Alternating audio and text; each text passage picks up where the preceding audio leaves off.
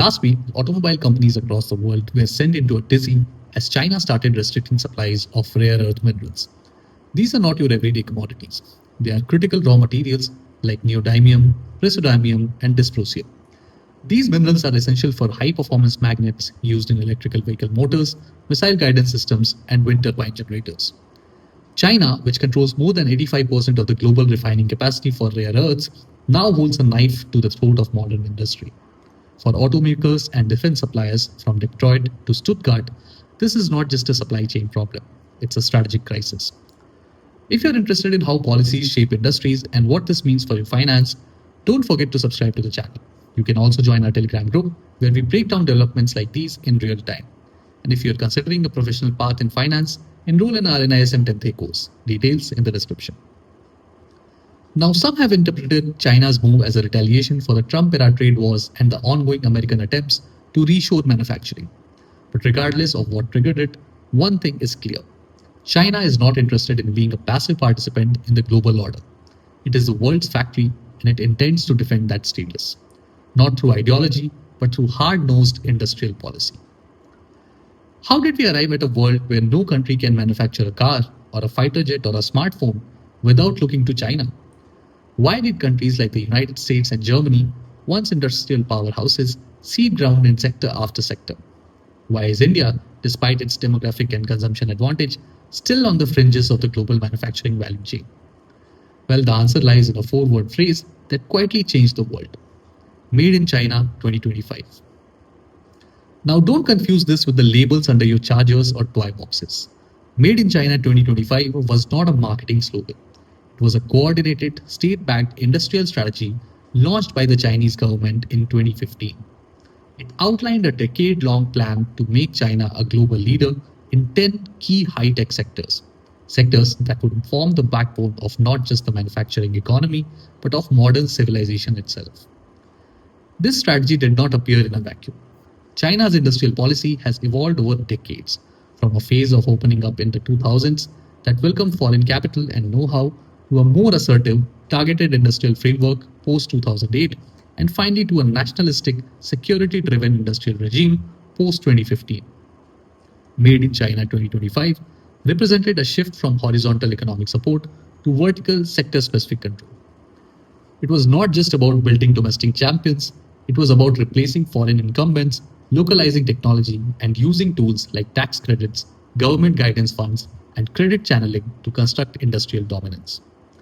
Now let's look at these sectors. The first was next generation information technology, which includes integrated circuits, telecommunications equipment, and industrial software. Huawei and ZTE today dominate 5G infrastructure in over 70 countries. SMIC, despite US's restrictions, saw revenues grow over 30% in 2022, largely by serving domestic demand. The second was high-end CNC machine tools and robotics, essential for precision manufacturing. Chinese firms like Eastern and eFort have significantly expanded their footprint, with domestic market share of industrial robots rising from 25% in 2015 to over 15% by 2023. Third came aerospace equipment, from aircraft engines to onboard control systems. Comax C919, though still reliant on foreign parts, has secured hundreds of orders, directly challenging Boeing and Airbus in emerging markets. The fourth sector was marine engineering and high-tech ships. China's shipbuilding market share rose to over 47% of global deliveries by 2022, making it the largest shipbuilder by tonnage. Fifth, advanced rail transit equipment. This includes everything from high-speed trains to intelligent signaling systems. CRRC is now the world's largest train manufacturer, exporting to over 100 countries. Sixth was energy saving and new energy vehicles. BYD surpassed Tesla in global EV deliveries in the first half of 2023.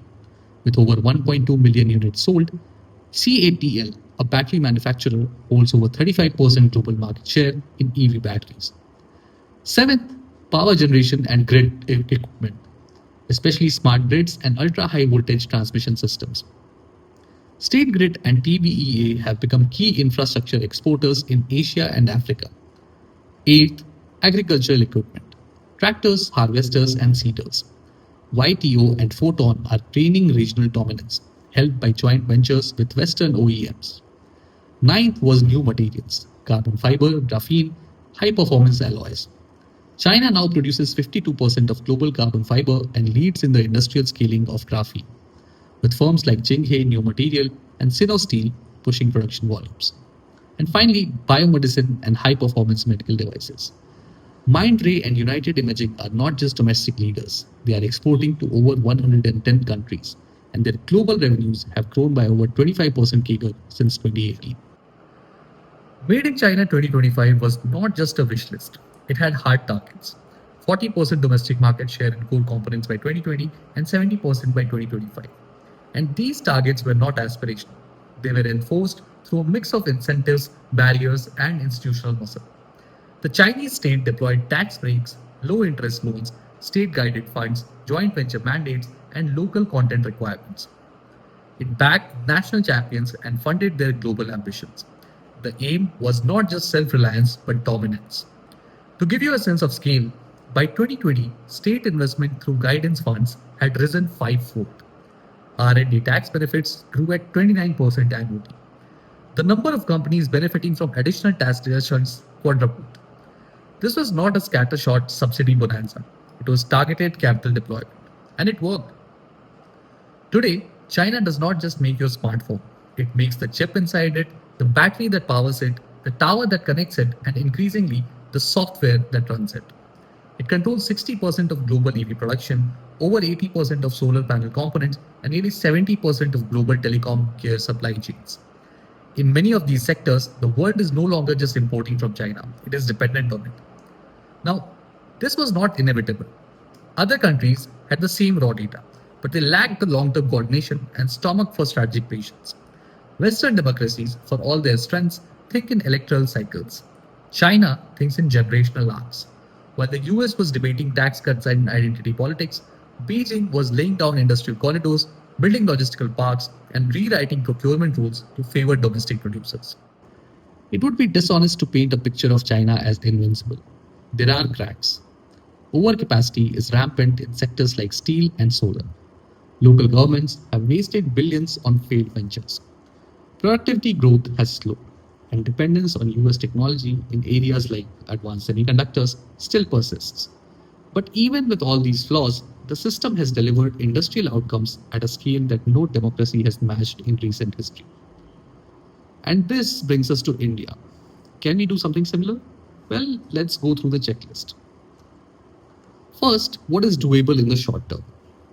India's production linked incentive or PLI schemes have shown early promise. Apple suppliers like Foxconn and Pegatron are assembling iPhones in Tamil Nadu and Karnataka.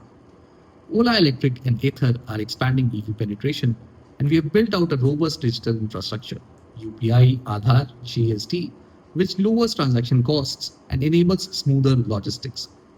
These are real enablers of manufacturing scale. In the medium to long term, we will need to build a credible research and innovation systems. This means deepening our university industry collaboration, funding long cycle research, and allowing public institutions to fail and learn. We will also need to secure critical mineral supply lines.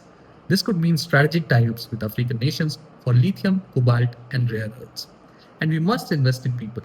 We need an army of technicians who can assemble EVs, test semiconductors, and build smart factories. But some things simply are not doable in our current framework. India's fiscal space is too constrained to match the scale of Chinese capital deployment. Land acquisition, litigation, and local resistance delay every industrial project.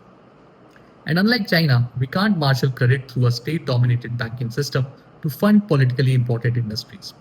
Nor do we control trade routes through infrastructure diplomacy like China's Belt and Road.